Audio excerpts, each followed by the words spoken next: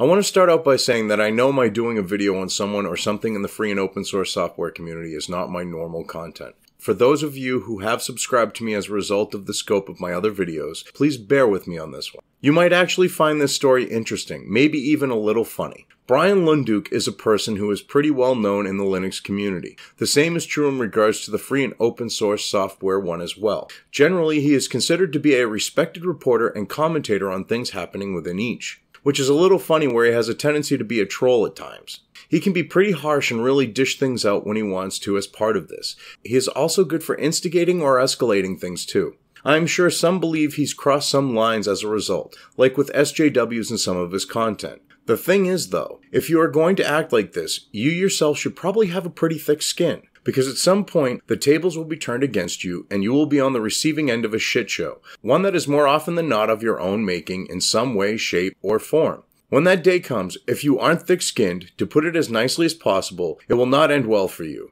It becomes more than you can handle and you will start spurging out. The more you spurg out and the closer you get to full-on retarded, the worse it gets for you proportionately, which is exactly what has been happening with poor little Bryan Lunduke. Because of a situation of his making, not to mention his escalation of it, Lunduke decided to decry he's a victim of bullying and hate speech, just like an SJW would. He did it for multiple reasons too. First and foremost, he did it so that he would have an excuse to pull a Steve Shives and disable comments so people cannot see others calling him out like they are. It hides all of the comments already made and stops new ones from being posted, because there is no way with how many people he's pissed off he would remotely be able to moderate comments and they're calling him out as they are. He was also hoping by doing it, people would not see him in the situation for how it is. I mean, if you set yourself up as a victim from the get-go, odds are people who don't know the situation or only know very little will buy that narrative. This is something he has seen done by the SJWs and commented on before. He knows it has worked for them in the past at times and is praying it will for him here. Not only that, he did it to distract people from the heart of the matter, what he was doing that stirred up a hornet's nest, which was a sleazy thing to do.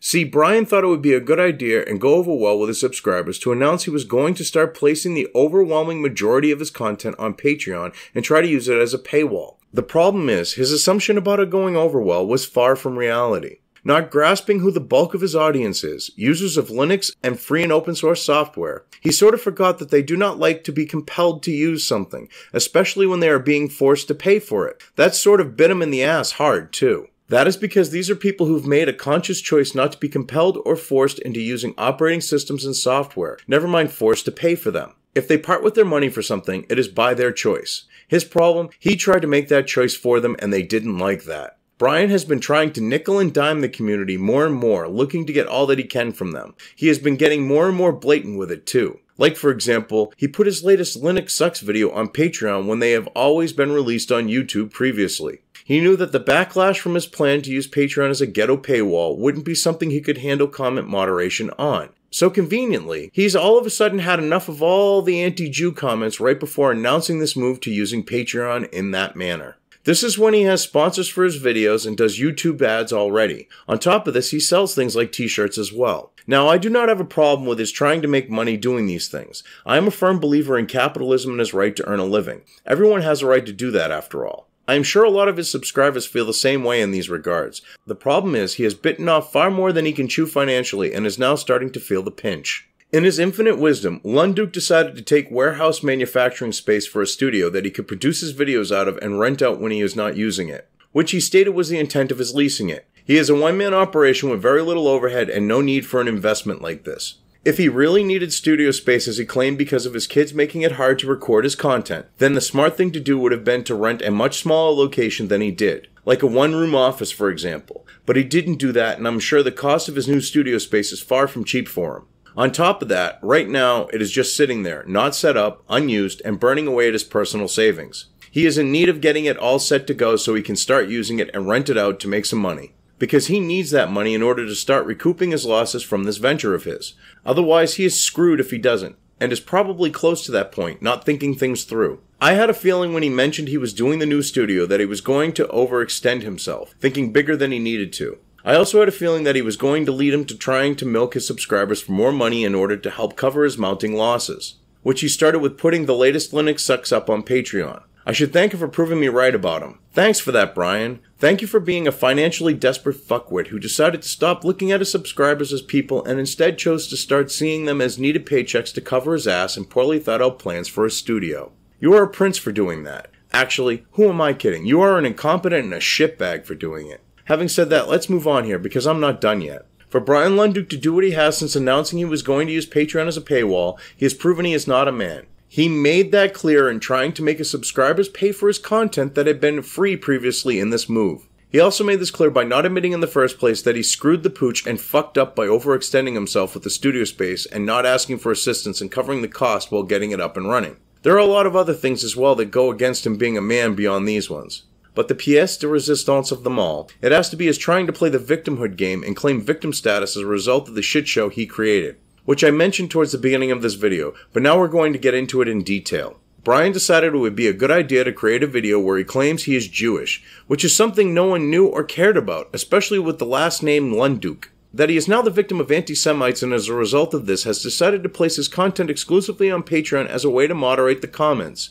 He goes on to claim this is the reason for his disabling comments on all of his videos, which just happens to conveniently hide the ones already posted and stops new ones from being made, mind you. From there, and this one's a real beauty, he even insinuates that a large number of the people in the Linux and FOSS community are Jew-hating bigots. Well, he called them anti-Semites to be more exact, but the intent of what he said was the same. Now at this point, my plan was to have clips from the video where he is stating these things, but I wasn't fast enough in getting a copy of the video off of YouTube. On Wednesday, May 24th, I sent an email to 2 of his sponsors letting them know I was doing a video on Lunduke, the whole situation of his putting his content on Patreon, and his video where he insinuates that a large number of people in the community are anti-Semites. I asked them to respond to 3 questions as part of this. The fact I did this and was making this video must have really scared them, because well under 24 hours later, his video was gone from his uploads and has since been deleted. If anyone has a copy of it, please let me know in the comments, because I would like to get one of it so no one can claim I am lying about Lunduke and what he said. There is no trace of the video when it comes to Google and its search results using his name and the exact title of the video. It is like it never existed if you are searching there. Bing is a different story altogether though, thankfully. Because of it, I can at least show you there was a video in which he talks about there supposedly being too many anti-Jewish comments on his videos using the search results from there. As you can see for yourselves with the top link in the screen capture, there was a video Bryan made that was titled Too Many Anti-Jewish Comments. If you notice, it was also posted on May 19th. So it clearly existed and there is no denying that it did. Not to mention, right under the link to the video, there is one to a forum where they are talking about it. If his video wasn't so damning for him with my making this video, why was it deleted well under a day later after contacting 2 of his sponsors for comment? One has to think about that. There is no reason except to try to hide what was said. This is the email that I sent that as far as I can see set off the deletion of the video. It was sent to both Pogo Linux and Purism, and I should have expected what happened with their relationship with him. Hello, I am working on a video regarding Bryan Lunduke and his decision to move nearly all of his new content behind the paywall of Patreon. As part of this, it will be getting into the reaction of his fans and followers, along with his response to their calling him out for it. I would also like for it to cover the stance his sponsors have taken in regards to these actions, where they reflect on your companies and to some may not look good. The reaction to Lunduke deciding to change his delivery of content was not taken well, to put it mildly. There was a large backlash from people calling out his decision as scummy, sleazy, nickel and diming, etc.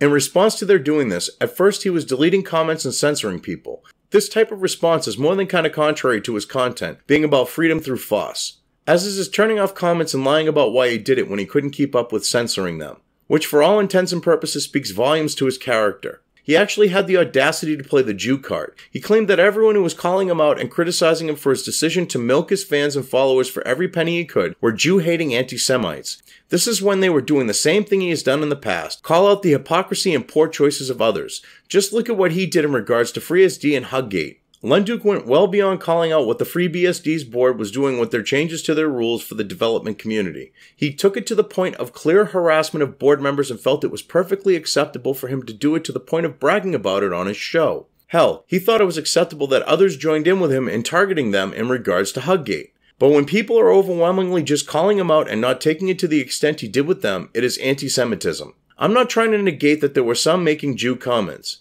but they were only a small group. He just didn't want others to see how much of a negative reaction his decision to change how his content will be delivered received. When this is the case, in doing this video, I know that this whole situation could look very bad for all of Bryan's sponsors, and I'm trying to avoid that, which is why I'm contacting you for comment in regards to this whole situation. In particular, I am hoping to find out what your company's stance is on a few questions. If you could please answer them so I can represent your position in this matter accurately, it would be greatly appreciated. I don't want my video and pointing out the actions of Bryan Lunduke to reflect badly on your company. It is the absolute last thing I'm trying to do, being a user and supporter of FOSS and Linux for over 20 years now. Here are the questions I would appreciate your response to.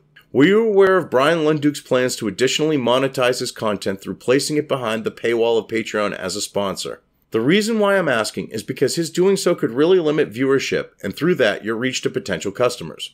My second question is, were you aware of the negative response his decision to do this received from his fans and followers? In asking, I am doing so because his reaction could really look bad for those affiliated with him, like your company. After all, when you get triggered like he did from their calling him out, trying to nickel and dime them for everything he can, it reflects poorly all around. Then on top of that, his disabling all comments and making a video on his doing it, in which he insinuates a large number of the Linux and FOSS community as anti-Semite to cover up his real reason behind it, looks even worse. Now for my final question. With his insinuations that a large number of the Linux community are anti-Semites who are targeting him because of being a Jew, as opposed to calling him out for his actions, what do you see your future business relationship with him looking like? Thank you in advance for your time in regards to my questions and hope to hear back from you with responses to them. The Constitutionalist Libertarian. As you can see, I wasn't pulling punches in contacting them. I believe, given the circumstances, my questions were reasonable as well. We have a right to know where these companies stand when someone they sponsor starts sparking out, all of a sudden claims he's a Jew out of nowhere, starts crying about his victimhood status as a result, and about all the anti-Semitic comments he's getting, and then claims it is why he has turned off his comments. We have a right to know if they support someone like that in any way, shape, or form.